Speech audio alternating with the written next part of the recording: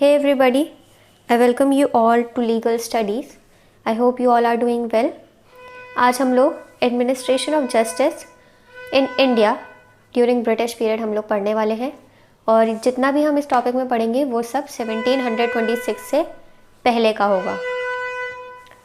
Now इस topic के अंदर हम ये सब पढ़ेंगे कि ईस्ट इंडिया कंपनी की फॉर्मेशन कब हुई थी, किस चार्टर के थ्रू हुई थी और उस चार्टर के क्या क्या प्रोविजंस थे और उस चार्टर से ईस्ट इंडिया कंपनी को क्या क्या लेजिस्लेटिव पावर्स मिली थी और किस तरीके से ईस्ट इंडिया कंपनी को ऑर्गेनाइज किया गया था।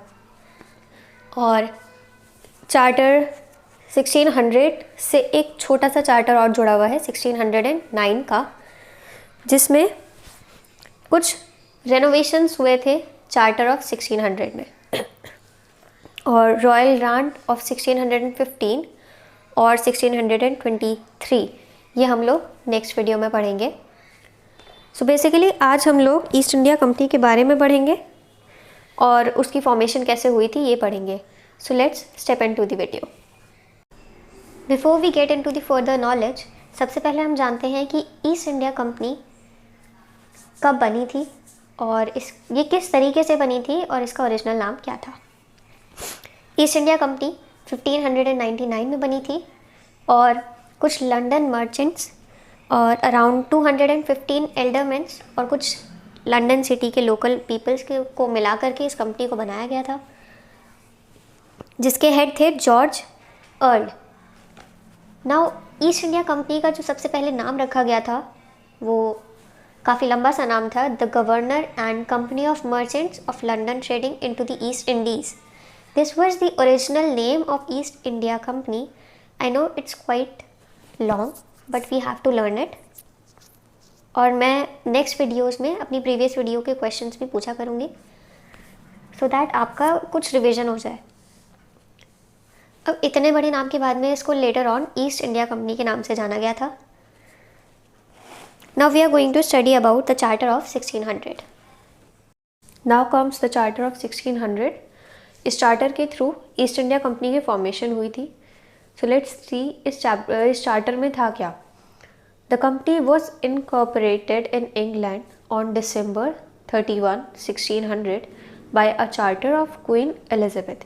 नाउ इस चार्टर को December 31, 1600 में डिक्लेयर किया गया था बाय क्वीन एलिजाबेथ। ये दोनों चीज़ें बहुत इम्पॉर्टेंट है कि किस डेट को कहाँ पर डिक्लेयर हुआ था और किस क्वीन ने इसको डिक्लेयर किया था। तो इंग्लैंड में डिक्लेयर हुआ था December 31, 1600 में by queen Elizabeth. The charter defined the constitution, powers and privileges of the company.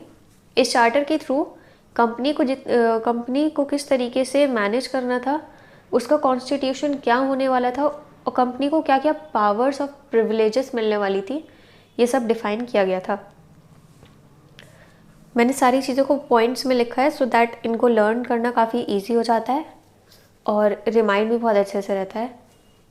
Next point है, management of the company was vested into the hands of governor and 24 directors.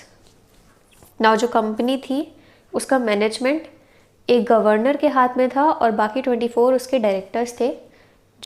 अब हम इस charter के through किस तरीके से company को organise किया गया था और कंपनी को क्या क्या लेजिस्लेटिव पावर्स मिली थी ये हम लोग देखेंगे। अगर आपका क्वेश्चन शॉर्ट है 2 to 3 मार्क्स का है तो इतना लिखना काफ़ी होगा, बट अगर आपका क्वेश्चन लॉन्ग है तो उसके अंदर आपको कंपनी की फॉर्मेशन, ईस्ट इंडिया कंपनी के बारे में जो अभी हमने इससे पहले पढ़ा था वो, और कुछ लेजिस्लेटिव पावर्स जो अभी हम आगे पढ़ेंगे, ये सब लिख के आओगे तो फिर आपको अच्छे मार्क्स मिल जाएंगे। नाउ चार्टर ऑफ 1600 के थ्रू कंपनी की जो फॉर्मेशन हुई थी उसको किस तरीके से ऑर्गेनाइज किया गया था इसके बारे में हम पढ़ेंगे।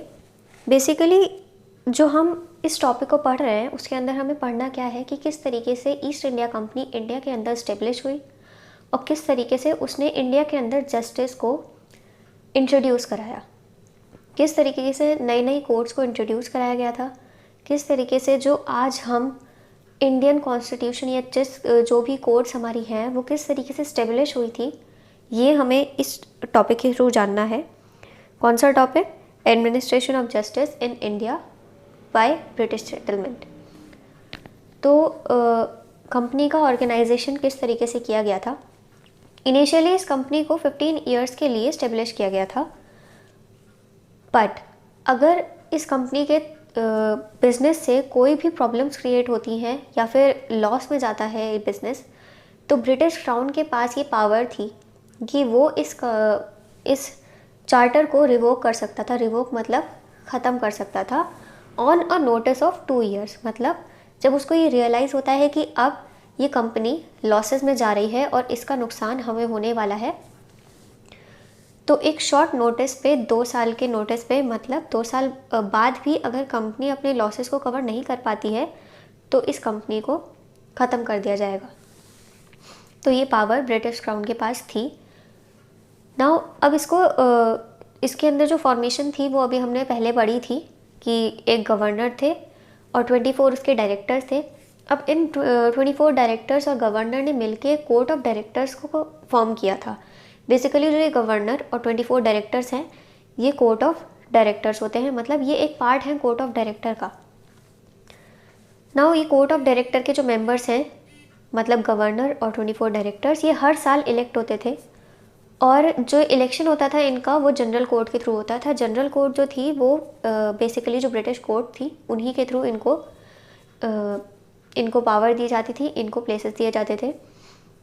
अब जो एक पावर और इसके अंदर थी ऑर्गेनाइजेशन में, वो ये थी कि अगर कोई भी गवर्नर या कोई डायरेक्टर अपने 1 साल के टेन्योर से पहले ही कुछ ऐसा करता है या फिर किसी को ये रियलाइज़ होता है कि जो बंदा गवर्नर या फिर कोई डायरेक्टर बना हुआ है वो इतना ज़्यादा केपेबल नहीं है कि उसको ये पोजीशन दी जाए, तो उससे वो पोजीशन हटाई भी जा सकती थी।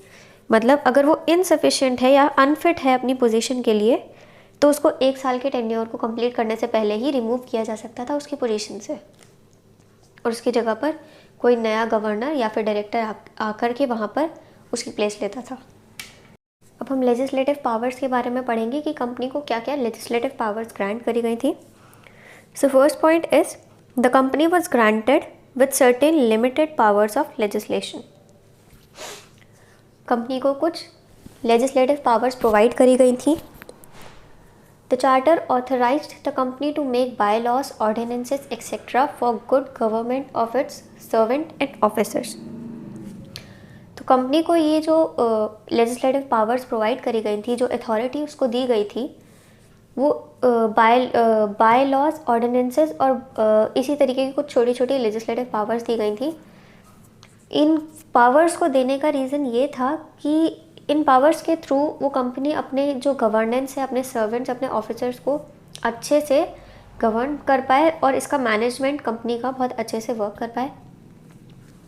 जो कंपनी थी, third point is could impose fine, penalties and punishment for disobedience of law. कोई भी ऑफिसर, कोई भी सर्वेंट कुछ ऐसा करता है जो लॉ के अगेंस्ट है, तो उसके ऊपर कंपनी फाइन, पेनल्टी या फिर पनिशमेंट इम्पोज कर सकती थी। अब जितनी भी लेजिस्लेटिव पावर्स कंपनी को मिली थी वो ऑल दो लिमिटेड थी, but they were of great historical significance. Now charter of 1609 बहुत छोटा सा चार्टर है। इसमें क्या हुआ था, जो ब्रिटिश किंग जेम्स फर्स्ट थे, उन्होंने जो 1600 का चार्टर था उसको रिन्यू कर दिया था 1 मई 1609 को रिन्यू करने का रीज़न ये था कि जिस तरीके से जो ईस्ट इंडिया कंपनी थी वो अपने बिजनेस को फ्लरिश कर रही थी, उसके अंदर इतने सारे प्रॉफिट्स हो रहे थे, इंग्लैंड को उससे काफ़ी प्रॉफिट मिल रहा था और उसका जो ट्रेड था वो काफ़ी अच्छे से वर्क कर रहा था। अब 15 ईयर्स वाला जो उसका टेन्योर था उसको बढ़ा करके अनलिमिटेड कर दिया गया था इस चार्टर को रिन्यू करके। But for the safety of government उन्होंने क्या किया, उन्होंने ब्रिटिश क्राउन को ये पावर दी कि इन केस कभी आगे जा कर के इस कंपनी में कुछ लॉसेस होते हैं, कुछ भी ऐसा होता है जिसकी वजह से ब्रिटिशर्स को कोई भी प्रॉब्लम हो, तो ब्रिटिश क्राउन के पास ये पावर होगी कि वो 3 ईयर्स के नोटिस पर इस चार्टर को टर्मिनेट कर सकती है अगर 3 साल के अंदर अंदर नोटिस के बाद जो कंपनी है वो अपने लॉसेस को कवर अप नहीं कर पाती है, तो जो कंपनी है उसको ख़त्म कर दिया जाएगा और जितने भी चार्टर्स थे वो सब टर्मिनेट हो जाएंगे। नाउ इसके बाद में हम लोग अपने नेक्स्ट लेक्चर में पढ़ेंगे royal grant of 1615 and 1600 of 23। बहुत ही छोटा सा टॉपिक है, आई थिंक 5 मिनट्स में कवर हो जाएगा ये।